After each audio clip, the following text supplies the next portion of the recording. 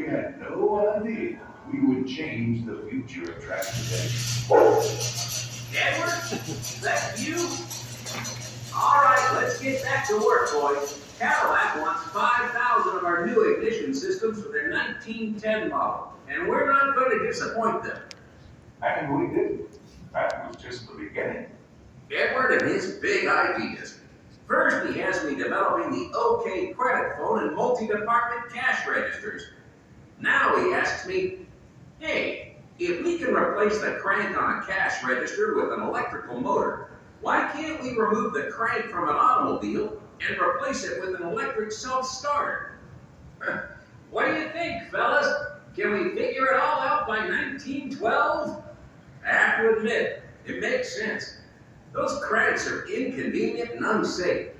I don't know who thought it was a good idea to put a hand crank in front of a ton of steel and horsepower, but it sure wasn't me. Okay, let's see. Less talking, more thinking. Only it weren't so hot. It would be another 20 years or so before Charles and another fellow, Thomas Bixley, synthesized a new miracle compound called freon, changing the world once again with better, safer refrigeration and, best of all, air conditioning. Charles designed and installed one of the world's first central air conditioning systems in his house south of town. Just think of all the places in the world that became open for development once air conditioning made indoor spaces cool and comfortable. And he never stopped inventing. No hot-blooded gasoline, a pilotless missile for World War I, the two-cycle diesel locomotive engine. He even improved on his designs, creating the first all-electric starter, ignition, lighting system for cars. In his lifetime, Charles secured 140 patents, and they even put his photo on the cover of Time magazine. He was a great friend. So were the Wright brothers, Dayton's most famous sons. 1909 was the year I met Orville and Wilbur. Oh, what a pair they were. Right, Scipio? Now, in June of this particular year, 1909, the boys were invited to the Montgomery County Fairgrounds, where they were being honored by the entire city.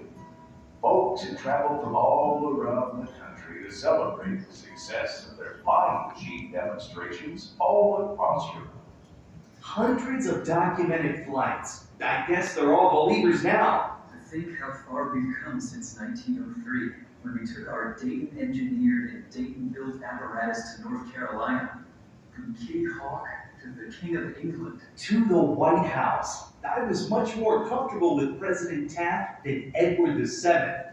But now that that's over, the entire town is waiting to celebrate us. There will certainly be a lot more people there than ever saw our flights at Huffman Prairie. That old cow pasture is where we freely taught ourselves to fly.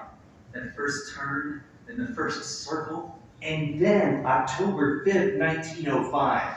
You stayed up for almost 40 minutes, longer than the combined total of our previous 109 flights. We finally had a machine capable of rising into the air, flying for an extended period under the complete control of a pilot, and returning safely to the ground.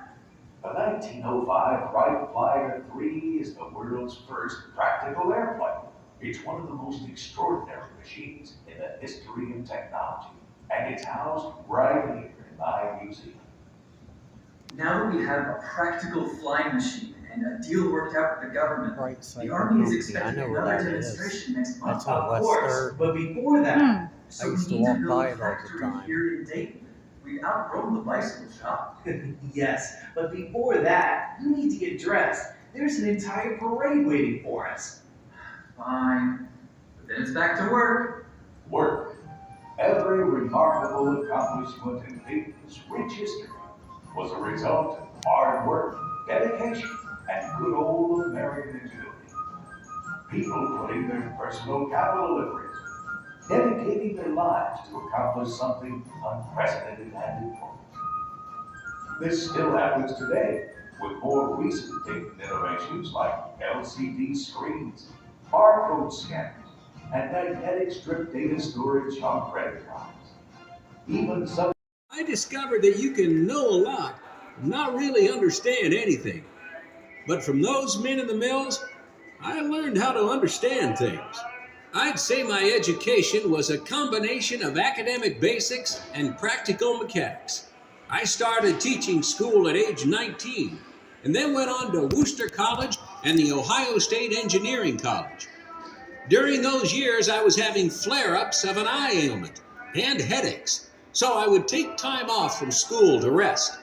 During those breaks and to earn some money, I took a job as a pole setter with the Star Telephone Company. In those days, I learned a lot about electricity, telephones, and working with a crew of men. I learned a lot in my first 28 years. That's pretty awesome. That's gonna be the way of the future for museums. Gonna have interactive automatons. Oh yeah, I like that.